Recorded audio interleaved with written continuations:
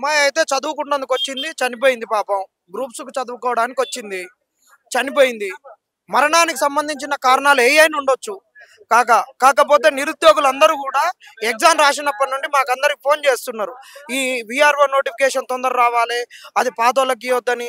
మాకు 2 సంవత్సరాల నుంచి కాంగ్రెస్ ప్రభుత్వం వచ్చేసి ఉద్యోగాలు పెంచుతామని చెప్పేసి ఆ రోజు తిప్పి ఈరోజు ఉద్యోగాలు పెంచలేదు. అదే 783 పోస్టులకు అదే ఎగ్జామ్ పెట్టిర్రు. 2 సంవత్సరాలు ఆగి మాకేం లాభం? ఆ క్వశ్చన్లు కూడా అడ్డగోలుకి ఇష్టం వచ్చినట్టు ఒక పద్ధతిగా రాలేదు. ఇష్టం వచ్చినట్టు కాంపిటీటివ్ ఎగ్జామ్ అని చెప్పేసి ఇచ్చిర్రు. ఈరోజు మా బతుకులేంది? ఒక్కొక్కళ్ళం ఈడ 2, 3 సంవత్సరాలు ఉండిపోయినాం. మా జీవితం ఏంది?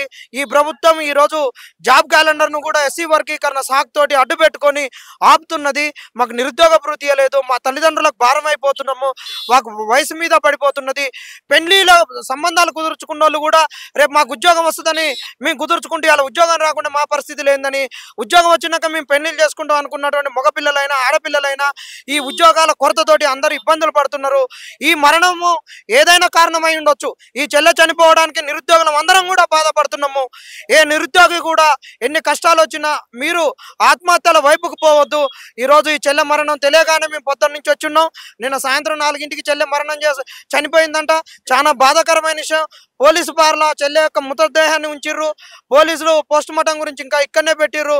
విషయం ఏదున్నా కానీ ఇక్కడ మేము చూస్తున్నాం. తెలంగాణ ఉద్యమం నుంచి చూసినటువంటి వాళ్ళము.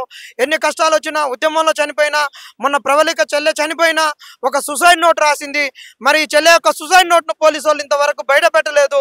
ఎవరైనా చదువుకున్నటువంటి వాళ్ళు తన తల్లిదండ్రులకు ఇన్ని రోజులు కష్టపడి చదివించుకొని వాళ్ళకు భారంగా ఉన్నటువంటి బిడ్డలు, అమ్మ నేను ఈ కారణం వల్ల చనిపోయినా, నేను ఇందువల్ల చనిపోతున్నా, అమ్మను మంచిగా చూసుకో, నాన్నను మంచిగా చూసుకో అని ఒక లెటర్ రాస్తారు. మరి ఈ లెటర్ ఎందుకు బయటికి రాలేదు? ఈ లెటర్ను కూడా బయటికి పెట్టాలి. ఖచ్చితంగా ఈ మరణం వెనక ఏమున్నా కానీ నిగ్గు తేల్చాలి. ఇంతవరకు సూసైడ్ నోటు బయటికి రాకపోవడం అనేటటువంటిది ఒక శోచనీయ అంశం అని నిరుద్యోగులు అందరం ఖండిస్తున్నాం. నిరుద్యోగులను మీకు 2 చేతులు ఎత్తి దండం పెడుతున్నాం. ఎవరు చనిపోవద్దు, ఈ చెల్లె లెక్క మీరు ఎవరు ఆత్మహత్యలు చేసుకోవద్దని తెలియజేస్తున్నాం. ప్రభుత్వం ఇప్పటికైనా సిగ్గు తెచ్చుకొని నోటిఫికేషన్లను ఆపొద్దు, నోటిఫికేషన్లను ఇవ్వాలి.